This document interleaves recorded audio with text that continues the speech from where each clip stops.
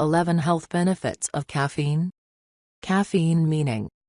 Caffeine is a stimulant chemical found naturally in beverages like tea and coffee. This alkaloid compound stimulates the central nervous system, CNS. This bitter white substance is a xanthine and is similar in structure to theobromine and theophylline. Caffeine health benefits. Caffeine offers many health benefits. Here is a brief overview of 11 caffeine benefits. Increases alertness. Many research studies have proved that moderate caffeine intake increases alertness. During one such study, alerting effects of caffeine were assessed using a standard physiological measure of daytime sleepiness, alertness, the multiple sleep latency test, MSLT. 24 healthy young men were randomly assigned to have 250 milligrams of caffeine or placebo-administered double-blind, at 9 a.m. and 1 p.m. on each of 2 days. On the third day both groups were given placebo to test for conditioning to the alerting effects of caffeine. Each day sleep latency was measured at 10 a.m., 12 p.m., 2 p.m. and 4 p.m. and performance was assessed. Caffeine increased sleep latency and auditory vigilance performance compared to placebo. Tolerance to the effects of caffeine on sleep latency developed over the 4 administrations. On the conditioning test, the group that was given caffeine the previous 2 days was more alert and performed better than the placebo group. Caffeine fights sleep inertia and increases your ability to concentrate. It also reduces fatigue. Caffeine enhances performance on vigilance tasks and simple tasks that require sustained response. Reduces the risk of mouth and throat cancer. Some epidemiological studies indicate that drinking coffee halves the risk of mouth and throat cancers. One such study concluded that people who drink more than 4 cups of coffee every day have a 49% lower risk of developing cancers of the mouth and throat. Prevents stroke. A study conducted in Sweden indicated that women who drank more than 1 cup of coffee every day reduced their risk of stroke by around 25%.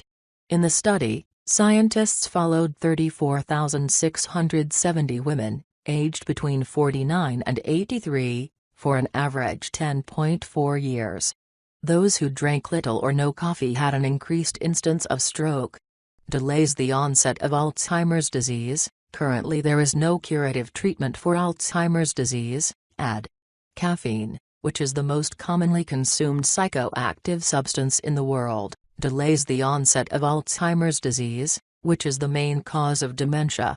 Drinking 3-5 cups of coffee per day at midlife reduces the risk of Alzheimer's disease by about 65%. Prevents Parkinson's disease. A research study on 812 subjects in Singapore indicates that people who drink coffee are less likely to be affected by Parkinson's disease than those who do not drink the beverage. Improves memory. Many research studies indicate that a dose of caffeine after a learning session may help to boost long-term memory. One such study was published in Nature Neuroscience, a monthly scientific journal. Good for the liver. Moderate coffee consumption reduces the risk of many liver-related diseases like fibrosis, liver cancer and cirrhosis. Dr. Alex Hodge, gastroenterologist and liver disease specialist at Monash Health, conducted a research study which involved 1,018 patients with non-alcoholic fatty liver disease, hepatitis C and hepatitis B virus. He said, drinking 2 or more cups a day is associated with a reduction in what we call liver stiffness, which is marker for inflammation and scarring, so liver damage essentially. And this is accounting for things like age, gender, medications, alcohol consumption, smoking habits, all those other cofactors, Hodge says. We know other coffee compounds like chlorogenic acid can reduce inflammation, and we think that diterpenes actually have an antitumorigenic, or anti-cancer, effect on the liver. Promotes healthy hair growth. A study published in the International Journal of Dermatology indicates that caffeine stimulates the hair shaft and helps it grow faster by blocking the effects of DHT, a chemical that damages follicles. Reduces pain. Moderate consumption of caffeine can relieve pain. In fact, this bitter crystalline alkaloid is an ingredient in analgesics like Excedrin. It also enhances stamina while performing physical exercises. Mice study it appears counterproductive to consume caffeine when you intend to sleep, but some mice at Boston Children's Hospital would beg to differ. Neurologists and neurobiologists at the hospital wanted to find ways to break the cycle of sleep deprivation in people who have chronic pain problems. Once you are in pain, it is difficult to fall asleep, which results in sleep deprivation, which tends to make the pain worse. So they began with mice. Mice that are kept awake experience increased pain sensitivity, meaning when you expose them to a painful stimulus they react more when they're tired. It seems like the best solution for mice and human beings would be to take a painkiller to ease the pain and get some rest. But the scientists found that didn't work. Even morphine lost its kick. Caffeine was more effective than even morphine drugs that promoted wakefulness, like caffeine or the prescription drug modafinil, worked far better.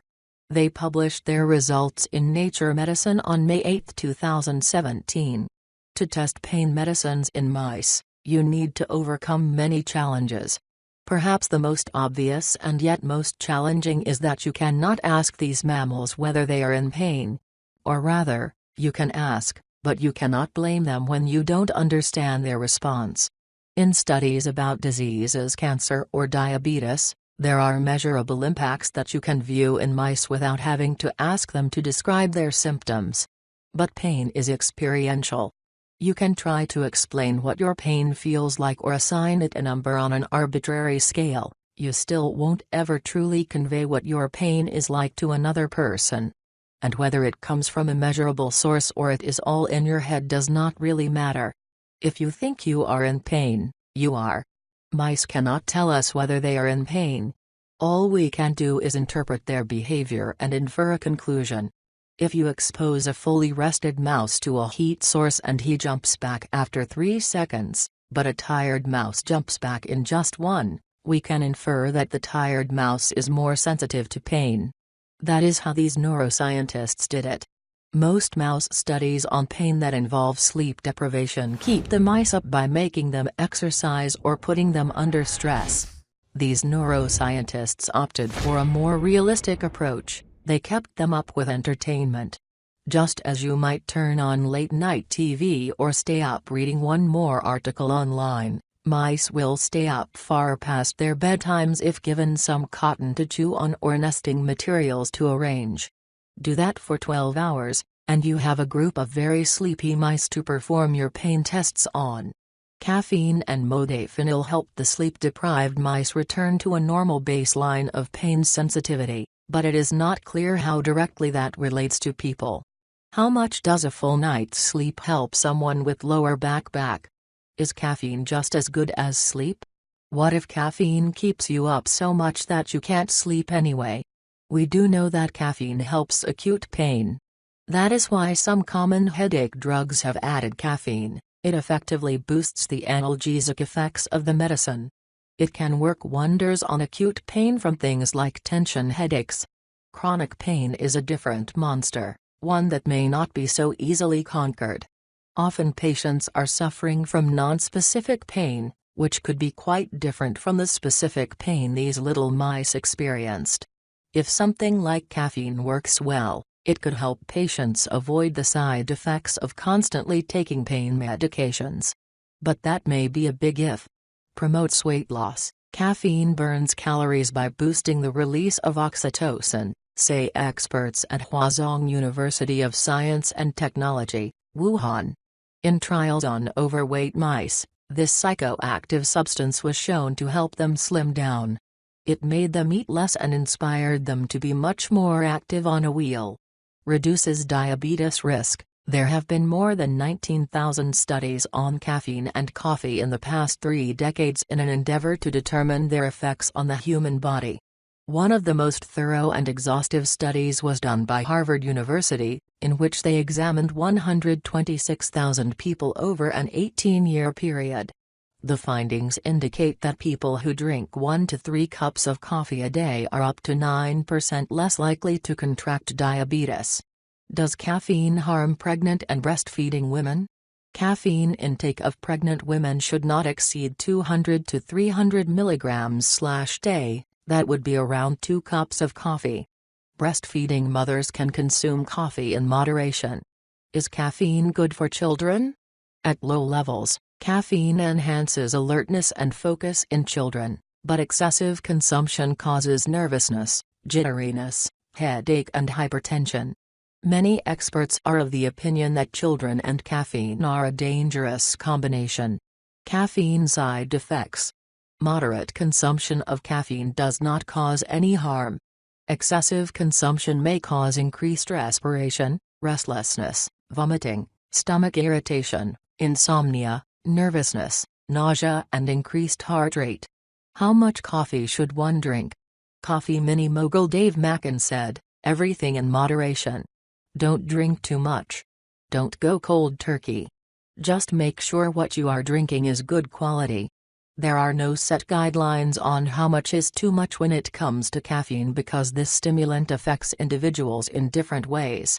Coffee beans come in different strengths depending on the variety. For instance, Robusta coffee beans contain more caffeine than Arabica. A lot depends on how the beans are roasted and on how the coffee is extracted.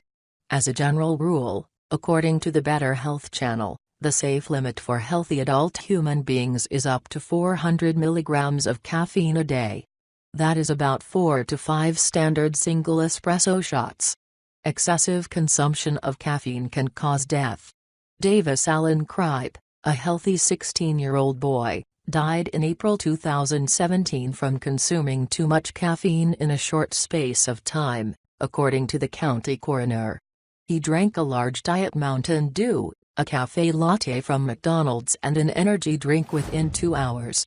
The county coroner confirmed that a caffeine-induced cardiac event causing a probable arrhythmia was the cause of death, reported USA Today. Davis collapsed during class at Spring Hill High School in Richland County, South Carolina on April 26. Natural sources of caffeine? Caffeine occurs naturally in around 60 plant species, including coffee beans, guarana berries, cola nuts, yaupon holly, tea leaves, guayusa, yerba mate, and cocoa beans. Is caffeine addictive? Regular use of caffeine causes mild physical dependence. However, caffeine doesn't threaten your physical, social, or economic health the way addictive drugs like heroin, cocaine, nicotine and methadone do.